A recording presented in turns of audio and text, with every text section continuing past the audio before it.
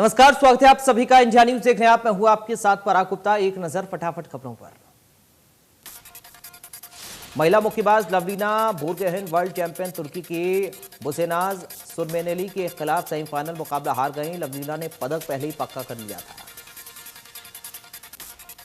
लवलीना ने सेमीफाइनल में हार के बावजूद इतिहास रचा है। 69 किलोग्राम कैटेगरी में लवलीना मेडल जीतने वाली भारत की पहली महिला बॉक्सर है। पीएम मोदी ने ट्वीट किया, ब्रॉन्ज जीतने पर लवलीना को बधाई। बॉक्सिंग रिंग में लवलीना की सफलता कई भारतीयों को प्रेरित करती है। उनकी दृढ़ता और दृढ़ संकल्प सराहनीय है। खेल मंत्री अनुराग ठाकुर ने भी ट्वीट किया, लिखा कि उनकी सफलता पर देश को गर्व, अभी तो सफर की शुरुआत हुई है। हरियाणा के गवर्नर बंडारू दत्तात्रेय ने ट्वीट कर लवलीना को भविष्य के लिए शुभकामनाएं दी। नेहरू नेता अभय चौटाला ने भी बधाई देते हुए ट्वीट किया कि सभी भारतवासियों को लवलीना पर गर्व है। सीएम मनोहर लाल ने ट्वीट कर लिखा कि हमें देश की बेटी पर गर्व है, भविष्य में इससे भी बड़े कीर्तिमान स्थापित करें, यही कामना है। इनेलो नेता अभय चौटाला ने भी ट्वीट कर टोक्यो ओलंपिक बॉक्सर लवलीना को बधाई दी। लिखा, सभी भारतवासियों को आप पर गर्व है।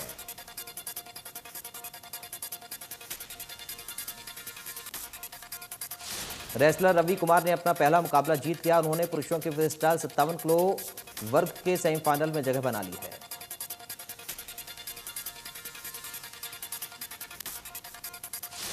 टोक्यो ओलंपिक की रैंक में चौथी सीड प्राप्त रवि कुमार ने पहला मैच जीता। रवि कुमार पहले राउंड में वो 3-2 से आगे रहे। पहलवान रवि कुमार 2019 के वर्ल्ड रेसलिंग चैंपियनशिप के ब्रॉन्ज मेडलिस्ट भी रहे थे।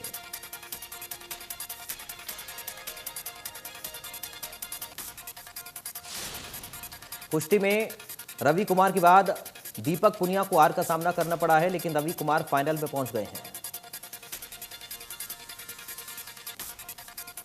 दीपक पहले राउंड में 4 और दूसरे में 8 अंक के साथ क्वार्टर फाइनल में पहुंच गए।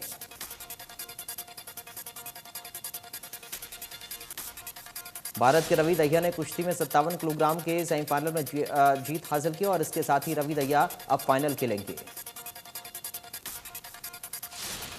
रवि ने सेमीफाइनल में 709 से कजाकिस्तान के पहलवान को हराया। क्वार्टर में बुल्गारिया के पहलवान जॉर्डी बेंगलोव को हराया था।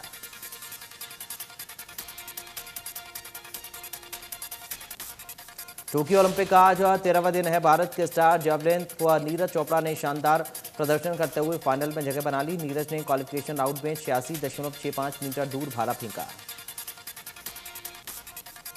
नीरज ने अपने पहले ही थ्रो में क्वालिफिकेशन मार्क 83.50 मार्क को पार कर लिया। उन्होंने अपना ये थ्रो 86.65 मीटर पर फेंका, जो क्वालिफिकेशन ग्रुप ए में सबसे लंबा मार्क रहा। 7 अगस्त को फाइनल मुकाबला होगा। पूर्व क्रिकेटर वीरेंद्र सहवाग ने ट्वीट कर नीरज को बधाई दी। लिखा कि नीरज ने बेहतरीन प्रदर्शन किया है। सीएम मनोहर लाल ने टोक्यो ओलंपिक के सेमीफाइनल में पहुंचने पर वाले हरियाणा के नीरज चोपड़ा, रवि कुमार दहिया और दीपक पुनिया को शुभकामनाएं दी हैं। सीएम ने ट्वीट कर शुभकामनाएं दी। कांग्रेस सांसद दीपेन हुड्डा ने भी ट्वीट कर नीरज चोपड़ा को शुभकामनाएं दी। प्रदेश अध्यक्ष कुमारी सैलजा ने भी ट्वीट कर नीरज चोपड़ा, रवि कुमार दहिया और दीपक पुनिया को बधाई दी।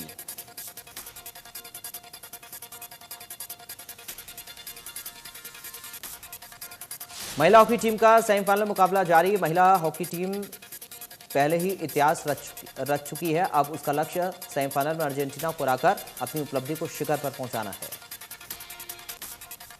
सेमीफाइनल में पहुंचने से पहले ऑस्ट्रेलिया के साथ खेले गए कड़े मुकाबले में भारतीय महिला टीम ने अपनी पूरी क्षमता का प्रदर्शन किया था।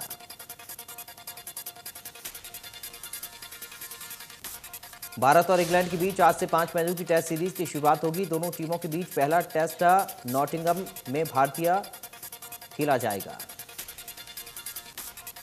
कई खिलाड़ियों के चोटिल होने के बाद टीम इंडिया के सामने प्लेइंग 11 चुनने की चुनौती होगी। भारतीय कप्तान विराट कोहली को टीम का संतुलन बनाने के लिए काफी जद्दोजहद करनी होगी। हर मामले में फालतू याचिकाओं के बाढ़ पर सुप्रीम कोर्ट ने नाराजगी जताई। बिना काम की याचिकाओं से परेशान सुप्रीम कोर्ट ने कहा कि सामूहिक रूप से हम सभी न्यायिक प्रणाली का मजाक बना रहे हैं। सुप्रीम कोर्ट ने कहा कि इस तरह की याचिका की वजह से हमें उन मामलों के निपटारे में दिक्कत हो रही है जिनका निपटान जरूरी है। चंडीगढ़ में हरियाणा सचिवालय में मुख्यमंत्री मनोहर लाल ने जनता दरबार लगाया। करीब 2 घंटे तक जनता दरबार चला। जनता दरबार में लोगों ने अपनी समस्याएं रखी। इस दौरान कई विभागों के अधिकारी भी मौजूद रहे। हरियाणा में डायल 112 इमरजेंसी नंबर के शुरू होने के 500 घंटे हो चुके हैं। इस दौरान स्टेट कंट्रोल रूम में पूरे हरियाणा से 2,17,754 कॉल आई हैं। 25,826 लोगों ने मदद दी है। रिकॉर्ड के मुताबिक इन लोगों को कॉल करने के 20 मिनट में मदद पहुंचाई गई। पुलिस रिकॉर्ड के मुताबिक अब तक आई लाखों कॉल्स में सिर्फ 31,717 कॉल उन लोगों की थी। कंट्रोल रूम में कॉल आने के बाद 25,826 जगहों पर डायल 112 की टीम मौके पर पहुंची। यहां पर आई कॉल में से 23,924 मामले ऐसे थे जिन्हें पुलिस की मदद की जरूरत थी। सिस्टम के जरिए 2,836 लोगों को एम्बुलेंस सर्विस उपलब्ध करवाई गई, जबकि 241 मामले फायर ब्रिगेड से जुड़े हुए सामने आए। देश में फिर बढ़ने लगे कोरोना के नए केस। 24 घंटे में सामने आए 42,000 नए केस। कुल मरीजों की संख्या 3,70,00,000 के पार। देश में एक दिन में 561 लोगों की कोरोना से मौत हो गई। देश में अब एक्टिव केस 4,04,000 से ज्यादा। प्रदेश में कोरोना की दूसरी लहर पर लगी रोक। एक दिन में सामने आई 26 नए मरीज। 2 मरीजों ने गंवाई जान। कुल मरीजों की संख्या 7,69,000। खालिस्तान समर्थकों ने सीएम मनोहर लाल को तिरंगा ना फहराने देने की धमकी का मामला। धमकी पर गृह मंत्री अनिल विज ने कहा कि भारत में तिरंगा फहराने से कोई रोक नहीं सकता। उन्होंने कहा कि तिरंगा फहराने के लिए हमें बहुत संघर्ष किया है और बहुत बलिदान दिए हैं। अगर कोई तिरंगे के खिलाफ बात भी करेगा तो 130 करोड़ देशवासी एकजुट खड़े हैं। विपक्ष को निशाने पर लेते हुए अनिल विज ने कहा कि उनका राजनीतिक अनुभव है कि जब किसी नेता को कुछ नहीं आता तो वो बकले झांकने लगता है। यही हाल विपक्ष का है। पहले की सरकारों में उल्टा होता था। विपक्ष चर्चा करने की मांग करता था लेकिन सत्ता पक्ष बचता था, और अब सत्ता पक्ष खुली चुनौती दे रहा है चर्चा करने की। टोक्यो ओलंपिक गेम्स में भारत की महिला हॉकी टीम को बधाई दी गई। उन्होंने कहा कि टीम की अगुवाई हरियाणा की बेटी रानी रामपाल कर रही हैं। टीम में 9 खिलाड़ी भी हरियाणा के हैं। गृह मंत्री अनिल विज ने कहा कि महिला हॉकी टीम ने ओलंपिक में कमाल किया। जो जोश हॉकी टीम की कप्तान में है उससे निश्चित है कि टीम जीत हासिल करेगी।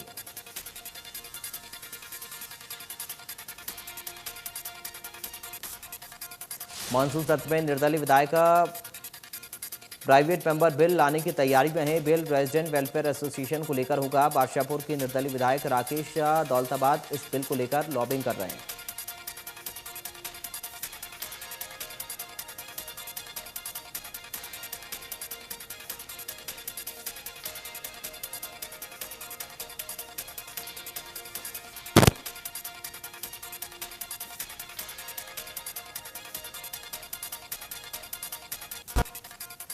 दिल्ली के जंतर मंतर पहुंचे राज्यसभा सांसद दीपेंद्र हुड्डा। किसान संसद में शामिल हुए। आंदोलन और किसानों की मांगों का किया समर्थन। दीपेंद्र सिंह हुड्डा के सांसद मौजूद।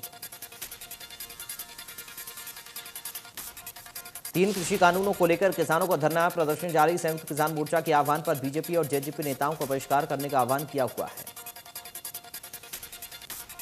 भारतीय किसान यूनियन ने 5 अगस्त को एमजीयू में इनसो के स्थापना दिवस कार्यक्रम में उप मुख्यमंत्री दुष्यंत चौटाला का आगमन का विरोध किया है। उन्होंने कहा कि सरकार दिखावा कर रही है। हम किसानों से बातचीत करने के लिए तैयार हैं, लेकिन ऐसा नहीं है कि सरकार की मंशा तीनों काले कानून को वापस लेने और एमएसपी पर कानून बनाने की नहीं है। भारतीय किसान यूनियन के राष्ट्रीय प्रधान गुलाम चढ़ू ने कहा कि किसान जत्थेबंदियों को चुनाव लड़ने के बयान पर वो आज भी कायम है, चाहे संयुक्त किसान जत्थेबंदियां उसको 100 बार सस्पेंड करें। किसान नेता राकेश टिकैत की तरफ से चढ़ूनी को पंजाब में चुनाव लड़ने और संयुक्त किसान मोर्चे की तरफ से समर्थन न देने के सवाल का जवाब देते हुए चढ़ूनी ने कहा कि उन्हें किसी के समर्थन की जरूरत नहीं है।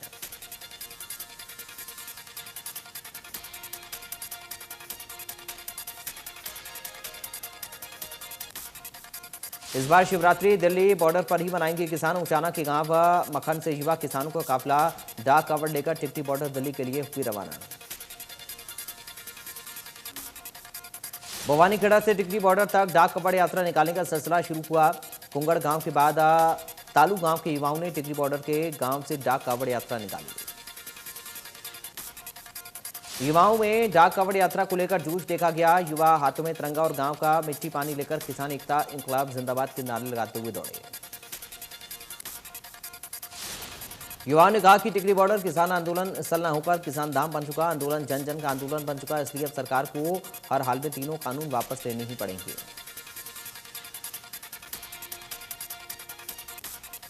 अंबाला की मेयर शक्ति रानी शर्मा लगातार एक्शन मोड में नजर आ रही है। मेयर शक्ति रानी शर्मा लगातार अंबाला शहरवासियों की तमाम समस्याओं को निदान कर रही हैं ताकि लोगों को कोई परेशानी न उठानी पड़े।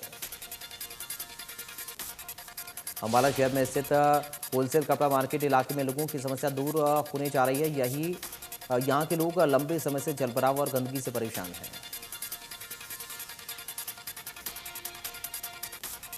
पूर्व केंद्रीय मंत्री विनोद शर्मा के निजी सचिव नरेश सहगल मेयर शक्तिरानी शर्मा के निर्देशों पर लोगों की परेशानी का निरीक्षण करने पहुंचे। उन्होंने मौके पर पहुंचकर इलाके की जनता की परेशानी को जाना। इस दौरान उन्होंने कहा कि इन समस्याओं के लिए निगम के लापरवाह अधिकारी जिम्मेदार हैं। उन्होंने कहा कि इस सबकी रिपोर्ट वो मेयर शक्तिरानी शर्मा को देंगे और इलाके की समस्या को खत्म करवाने की पूरी कोशिश की जाएगी। करनाल में इंडिया न्यूज और हरियाणा की खबर का असर देखने को मिला। जुंडला के सरकारी गोदाम में सड़ रही गेहूं की फसल की खबर दिखाने के बाद खाद्य एवं आपूर्ति विभाग और भारतीय खाद्य निगम की टीम गोदाम पहुंची। पानीपत में कॉलोनियों में जलभराव की समस्या दूर नहीं हो रही है। पिछले दिनों हुई बारिश के चलते वार्ड नंबर 26 में सड़कों पर पानी भर गया है। निगम के डिप्टी सीनियर मेयर ने भी इसे गंभीर समस्या माना और कहा कि पूरा शहर इस समस्या से परेशान है। कैथल के सीनियर सेकेंडरी स्कूल में कई दिन से बरसात का पानी भरा हुआ है, जिसके चलते बच्चों को स्कूल आने में दिक्कत हो रही है। स्कूल में गंदगी का अंबार है। स्कूल के मेन गेट पर ही सीवरेज का गंदा पानी और बरसात का पानी भरा हुआ है, जिसकी वजह से बच्चे स्कूल नहीं आ पा रहे। बच्चों की पढ़ाई बाधित हो रही है। बच्चों की बाधा पिता भी स्कूल संचालकों को इसकी शिकायत कर चुके हैं। स्कूल के प्रिंसिपल और मैनेजमेंट कमेटी के प्रधान ने बताया कि हमने कई बार नगर परिषद विभाग को इसकी शिकायत की है, लेकिन कोई भी कर्मचारी सफाई करने के लिए नहीं आया। भिवानी में इस बार खरीफ की फसल अच्छी होने की संभावना। कृषि विभाग का अनुमान है कि समय पर बारिश होने की वजह से जिले में बम्पर फसल होगी। कृषि विभाग के अधिकारी ने कहा कि इस बार किसानों को दलहन की फसल बोने के लिए जागरूक किया गया। सरकार को दूसरे देश से दाल आयात करनी पड़ती थी, लेकिन इस बार दाल की फसल अच्छी होगी।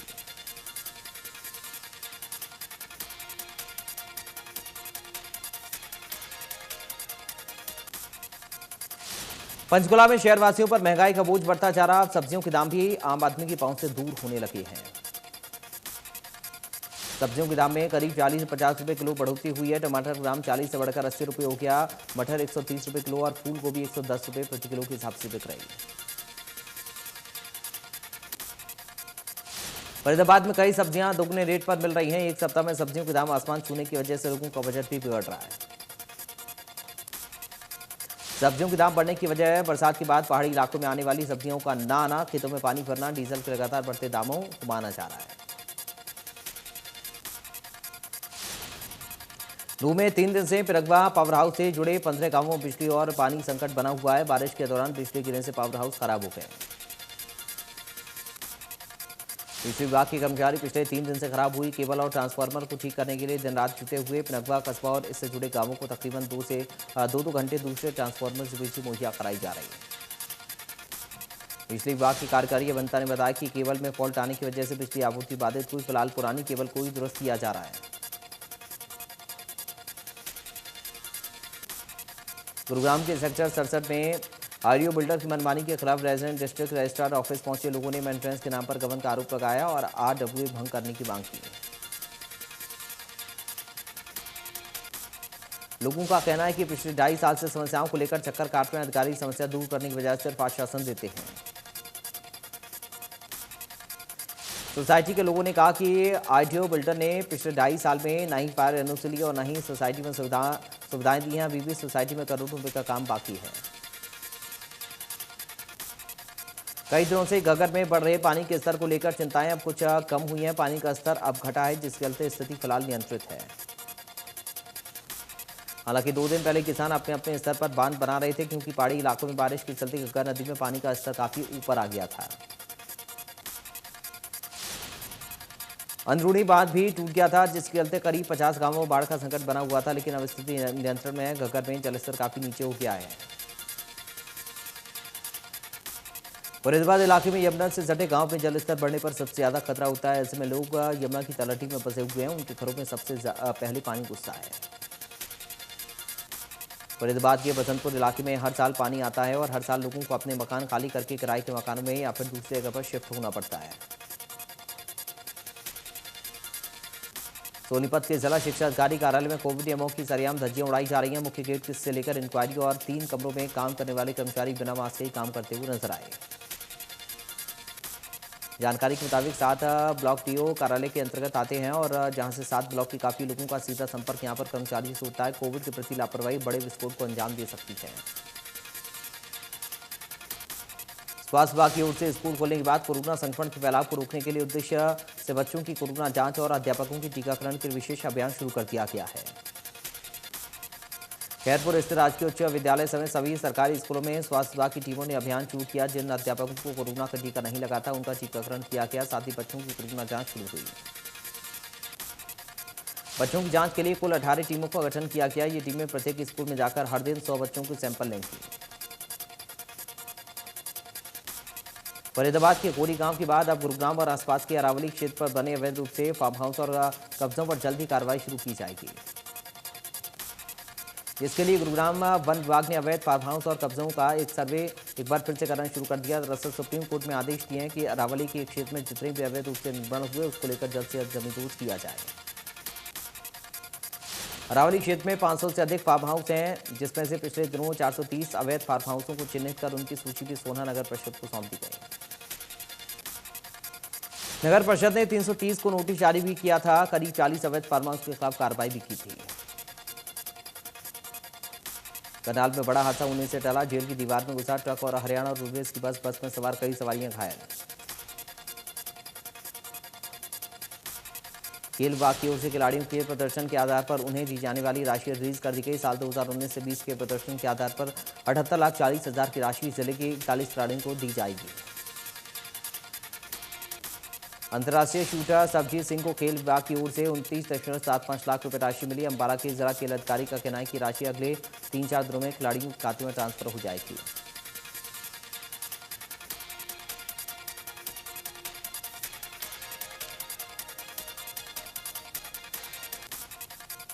यमुनानगर में बदमाशों ने गन पॉइंट पर कार लूटी। जिसने कार की बुकिंग की थी उसी युवक ने रास्ते में आते हुए देसी कट्टा तानकर पहले तो पिटाई की और फिर गाड़ी लेकर फरार हो गया।